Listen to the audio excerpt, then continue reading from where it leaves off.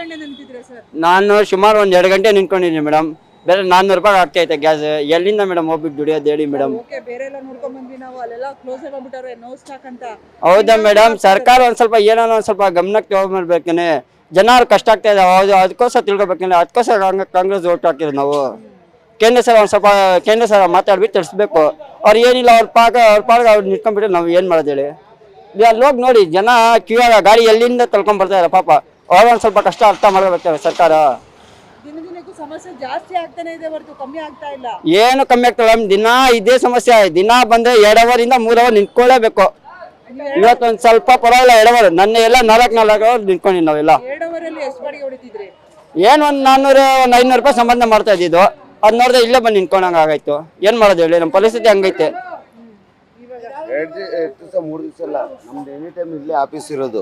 Load ಬರೋದು ಬಂದ್ಬಿಟ್ಟು 4 ಗಂಟೆಗೆ ಬರ್ತದೆ ಅಂತ ಹೇಳ್ತಾರೆ, 5 ಗಂಟೆಗೆ ಬರುತ್ತೆ ಅಂತ ಹೇಳ್ತಾರೆ. ಎಲ್ಲ ಆಟೋ ಡ್ರೈವರ್ಗಳು ಇಲ್ಲೇ ನಿಂತಿರ್ತಾರೆ. ನಮ್ದು ಇಲ್ಲೇ ಆಫೀಸು. ಇಲ್ಲಿ ನಿಂತ್ಕೊಂಡು ನಾನು ಗಾಡಿ ಹಾಕೊಂಡು ಗಾಡಿ ನಂಬರ್ ಬೇಕಾದ್ರೆ ನೋಟ್ ಮಾಡ್ಕೊಳ್ಳಿ. ಇಲ್ಲೇ ನಿಂತ್ಕೊಂಡು ನೋಡಿದ್ರೆ ಲೋಡ್ ಬರಲ್ಲ. ಎಲ್ಲ ಪ್ರತಿ ಆಟೋ ಡ್ರೈವರ್ಗಳು ಇಲ್ಲಿಂದ ಲಾಸ್ಟ್ವರೆಗೂ ನಿಂತ್ಕೊಂಡಿರ್ತಾರೆ. ಅವ್ರ ಹೆಂಡತಿ ಮಕ್ಕಳು ಬರಿಗಳು ಏನು ಮಾಡಬೇಕು?